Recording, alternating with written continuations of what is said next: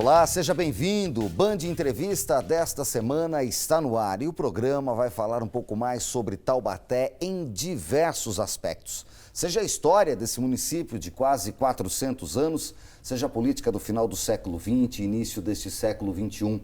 O convidado desta semana é o ex-prefeito, professor, engenheiro José Bernardo Ortiz. Comigo na bancada, o jornalista Elcio Costa, mais uma semana. Obrigado, Elcio. Professor, obrigado por atender o nosso convite. Hoje é domingo, dia dos pais, dia que esse programa está sendo exibido, e o senhor assiste à segunda legislatura do qual o seu filho é prefeito de Taubaté, prefeitura que o senhor administrou por 3 legislaturas, ou seja, 14 anos, uma delas de 6 anos. Né? Quando o senhor chegou em Taubaté, no início dos anos 60, que o senhor estava me contando aqui antes do programa, o senhor esperava construir, e aí falando em termos de engenheiro, toda essa trajetória na cidade? Bem, a trajetória de engenheiro eu esperava. Eu vim para cá, me empreguei primeiro na mecânica pesada e depois eu me transferi no ano seguinte para GM. Realmente eu cheguei em 63 e trabalhei na GM. Desculpe, trabalhei na mecânica. No ano seguinte eu estava na GM e eu comecei a lecionar também. Então era uma vida de professor e uma vida de engenheiro. A questão de administrador público, sim, eu passei a ter isso a partir de um determinado momento. Todas as minhas aulas, eu reservava aí uns 10 minutos finais para conversar um pouco com os alunos sobre administração. Havia uma coisa que me preocupava. As outras cidades de Taubaté nessa época já tinha 190 mil habitantes quando eu cheguei aqui. E uma cidade com 190 mil habitantes, ela já tem uma renda razoável. Eu achava isso, mas tinha um potencial muito maior, porque ela não arrecadava quanto as outras cidades desse tamanho arrecadam.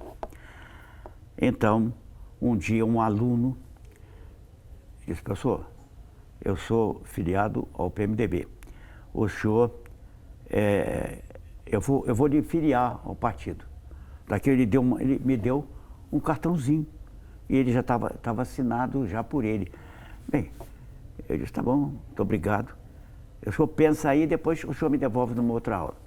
E eu fiz isso. Foi assim que eu me filiei ao partido. Esse rapaz é um engenheiro que hoje em dia ele trabalha no metrô em São Paulo. Ele é filho de um político que existiu aqui em Taubaté, chamado Jonas Filippini. O Filippini, ele é filho desse. Muito diferente do pai, porque ele é muito tranquilo, o pai era mais polêmico. Mas eu gostei muito disso depois, porque achei que ele estava fazendo isso porque confiava em mim. E foi assim que começou. Professor, o senhor foi prefeito 3 vezes, o senhor é um historiador de Taubaté, o senhor tem livros publicados sobre a história de Taubaté. O senhor espera ser reconhecido para o senhor? Qual o seu maior mérito? O senhor é o melhor administrador, o melhor político ou o melhor historiador? Olha, isso fica dependendo do povo, da imprensa, enfim, da própria população da cidade que for realmente esclarecida. Porque minha atividade, muitas vezes, ela ficou polêmica, mas dependendo sempre do povo.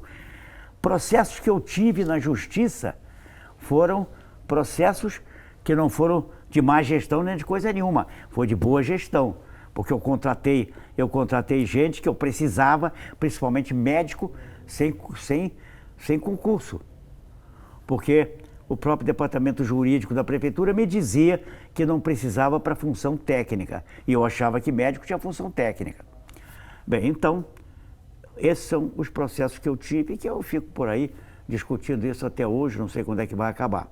Mas eu sempre trabalhei com seriedade e nunca levei para minha casa um centavo a mais do que o meu salário. As coisas que eu fiz muitas vezes, veja, eu entrei na prefeitura e encontrei uma cidade que tinha uma escola de medicina, mas não tinha um departamento de saúde. Eu criei um departamento de saúde e em seguida eu digo que construí porque não tinha lugar físico para colocar.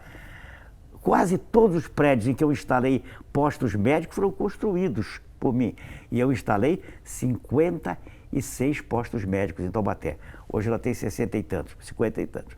Eu instalei. instalei algumas clínicas especializadas. Por exemplo, uma clínica especializada para idoso. Em todos os postos médicos havia um clínico geral, havia um dentista, havia um médico de senhoras e depois eu fui colocando pediatra também, todos eles. Então o Taubateano passou a ter uma assistência de saúde perto de casa. Eu depois tive pessoas que criticaram fazer 65 postos médicos, mas acontece que a pessoa já perto de casa. E a pessoa que pertence a uma classe média ou é rico, ele vai de carro lá no lugar que tem médico. O pobre não tem um carro, pelo menos não tinha naquela época. Hoje em dia até já está tendo, graças a Deus. Mas ele não tinha, então ele tinha que ter esse serviço perto de casa. É uma das coisas que sempre se criticava em Taubaté, a própria imprensa, é que Taubaté tinha escola de medicina, mas não tinha serviço médico. Não tinha um profissional nos postos de saúde. Uma rede pública de saúde eficiente, né? Agora, uma outra coisa, Taubaté era uma cidade que não tinha pavimento. 25% da cidade, que naquele tempo já era uma cidade, quando eu entrei, era uma cidade de 200 mil habitantes, 25% da cidade não tinha asfalto, não tinha calçamento nenhum. Então, eu comprei uma usina de asfalto e comecei a asfaltar a cidade. Comprei uma usina de asfalto a frio, que era mais barata, mas muito eficiente. E a Califórnia, que tem, em grande parte do ano, uma temperatura semelhante à de Taubaté, usava essa usina que era vendida naquela época pela Chevron, Asfaltos Califórnia. Bem, então comecei a fazer. Dos 25%, com rapidez, eu cheguei a levar para 60% a área urbana pavimentada. E nas gestões seguintes eu continuei. Eu peguei essa usina de asfalto, instalei nela um computador para fazer a dosagem, e quando eu voltei na gestão seguinte, esse computador estava destruído. O que eu achava curioso é que a pessoa que ficava na prefeitura pouco se importava, quebrava e deixava. Então eu comprava de novo. E por 3 vezes eu comprei essas unidades computacionais. Então o que existiu sempre em Taubaté, nas prefeituras, e que levou Taubaté a ser uma cidade atrasada nessa época, eram as más gestões. Eu acredito até que houve prefeitos que eram sérios, mas não sabiam administrar.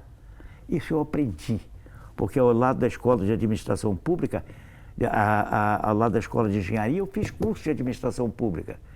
E isso me trouxe muito bom, foi muito bom para mim que eu comecei a trabalhar nesse campo. Professor, a gente vai continuar com essa conversa já depois do intervalo. É a primeira parada aqui do Band Entrevista. A gente volta em instantes com o engenheiro José Bernardo Ortiz. O professor Ortiz segue conosco aqui no Band Entrevista. Até já.